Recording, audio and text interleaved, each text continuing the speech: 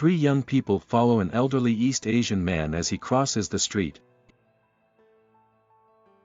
He runs across two other people on the street while out for a walk, and each time he does, he adapts his appearance to match the person he has run into. In a bar named Pandemonium, the three young people pursue their target, and one of them, a blonde man, is surprised when a young redhead woman could see him, 8 hours prior.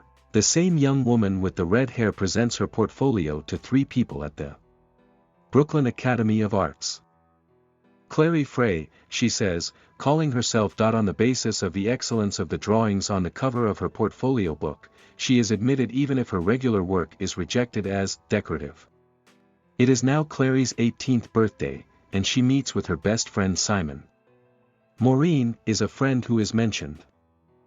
The story shifts to an African-American police officer looking into the death of a woman who was bloodlessly naked but for a red drape. Another individual claims that this is the seventh such death. A call from a woman identified only as Jocelyn interrupts the investigation, and it is hinted that the cop and Clary are acquainted.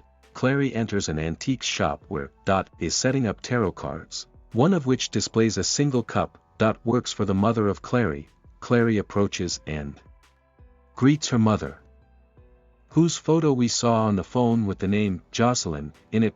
One of the three young kids that appeared in the introduction was seen using a little wand, which is what Jocelyn's present resembles. Jocelyn gives the wand the name Stelly. Jocelyn also mentions a crucial discussion she and Clary need to have, but Clary ignores her request. In a flashback, young Clary is shown being attacked by a water-based monster when she was 10 years old. Jocelyn uses the Stelly to activate a rune and kill the creature.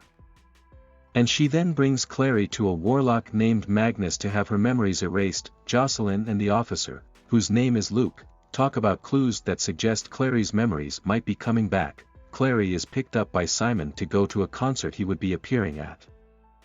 Clary's lack of family is a topic that Maureen, Simon, and Clary debate that evening, and hence the same evening as in the introduction. The scene shifts to Jocelyn retrieving a huge sword from an antique chest in her home as Clary states that her mother would be unable to conceal anything from her. The same three young people from the opening scene prepare to battle demons in the following scene, which is set in an old church.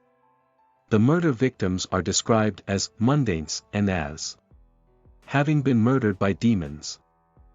The interior of the historic church is a high-tech space with numerous computer screens and runes as well. The elderly East Asian man from the introduction is displayed on one of the displays, with the comment that's how he appears. For now, Jace, Alec, and Isabelle are the names of the young three people.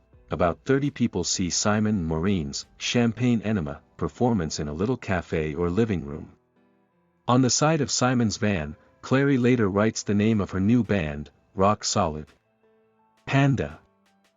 Along with an unexplainable rune, the scene where Jace runs into Clary in the opening is now largely repeated. Jace tells Clary that she has the sight, which Clary takes to be a lame pickup line.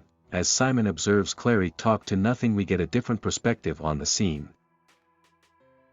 Jace, Alec, and Isabelle enter the Pandemonium Club just after Demon, who is now dressed as a young woman in purple. More mundane blood for your boss, she tells a man in a suit and sunglasses as she hands him a bottle of red liquid. The owner approaches the man in the suit as Clary, Simon, and Maureen enter the club and informs him that circle members aren't welcome. He commands them to leave after magically hurting one of them. Jace demands to know for whom the demon woman is making money and accuses her of selling mundane blood. He brandishes his blade and threatens her, but Clary sees him and stops him. The purple-clad demon woman and the other demons in the Pandemonium's VIP chamber are murdered in a fight, with Clary accidentally killing one of them. Simon and Maureen are taken aback as Clary runs out in a panic and calls a cab. Clary tells Jocelyn in a panic what transpired in the Pandemonium when she gets home. Jocelyn reveals with her Stelly that she has the same tattoos Jace was sporting, much to Clary's surprise. Clary becomes even more frightened, and Jocelyn tries to explain, but walks in and says, they have found her. Jocelyn briefly explains why Luke can be trusted by saying she withheld information from a very powerful person. She now hands Clary a pendant and instructs to use the green liquid only when necessary. The same circle member who was expelled from the pandemonium orders his friends to locate the mortal cup outside. Jocelyn informs that she can be protected by Luke if she creates a portal. Pushing Clary through the portal, she enters the police station, at 2 a.m. As he approaches, the captain informs Clary that Luke is in a job interview. Jocelyn's home is invaded by the circle members. One of them starts taking random cups from the antique shop, and the other throws through the windows, where she lands 5 meters below, hitting a fence before hitting the ground. To keep Clary away from the circle, Jocelyn sets fire to her room. She then draws her sword, which is the same kind of weapon as the members of the circle, and a fight begins. The circle member makes a point of saying that they want the mortal cup for him. Valentine is identified as him, surprising Jocelyn with his continuous existence. Valentine and Jocelyn used to be on the same side, but that is no longer the case. Jocelyn then drinks the green liquid and immediately collapses to the ground. It comes out that Luke is speaking with 2 circle members during the interview. Luke claims that he just cares about the cup and has no interest in Clary or Jocelyn, whose last name he calls Fairchild. He does not, however, work for the circle. Clary overhears the chat and flees into the now heavy downpour. The following scene is set at Chernobyl and features a middle-aged man walking by several cages filled with growling creatures while carrying a syringe and a needle. The 3 circle members who attacked Jocelyn teleport in, carrying a knocked-out Jocelyn in a field resembling stasis. The middle-aged man aggressively injects one of the 3 circle members when he insults Jocelyn. The man appears to be dead as a result of the injection, when Clary discovers her home in mess upon entering. She screams and sobs. She searches while carrying a combat axe and encounters who informs her that her mother was abducted by rogue Shadowhunters seeking for the cup. Inquires with Clary about whether her mother ever mentioned a large cup, almost a chalice, made of gold when Clary responds she doesn't understand. Then reveals that she is a demon as well, and she corners Clary in that form until Jace unexpectedly stabs in the back.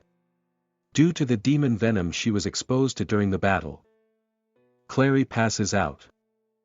After having a nightmare about Valentine touching or injuring Jocelyn, Clary abruptly awakens and knocks Isabelle in the head. When Alec and Jace arrive, they start discussing whether Clary is also a mundane. Alec is furious about Clary accidentally sidetracking their goal, so Isabelle brings him along as they talk about Clary, finding out who wants the mundane blood.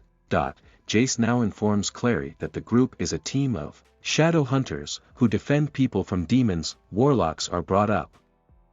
Clary claims that her only interest is in locating her mother. She has been missing for 2 days, according to a call from Simon, who is now outside the old church where she is believed to be. Simon is taken aback when Clary requests 5 minutes to get dressed, given the chapel is supposed to be deserted. Jace admits to having drawn the large tattoo in Clary's neck as she's getting ready since it is a healing rune, and lethal to mundane humans. He assumes she understands runes because she drew some. But later finds out she doesn't, even though she drew some. Clary walks outside wearing a revealing dress Isabelle lent her, and Simon gives her his jacket. Clary believes she no longer has a home because he wants to take her there. A demon emerges, calls her Clary Fairchild, and draws a sword at her. However, Jace defeats and kills the demon, who dedicates the kill to his father, who was apparently killed by a demon. Due to glamour runes that render the Shadowhunters invisible, Simon is unaware that the scene is taking place. Now that Simon can see it, the dead demon appears to be on the ground. Clary is now informed by Jace that she is also a Shadowhunter. Valentine is furious with the Circle Hunters who are still in Chernobyl because they failed to find the mortal cup. The existence of Jocelyn's daughter, with whom Valentine so urgently wants to talk, is then revealed.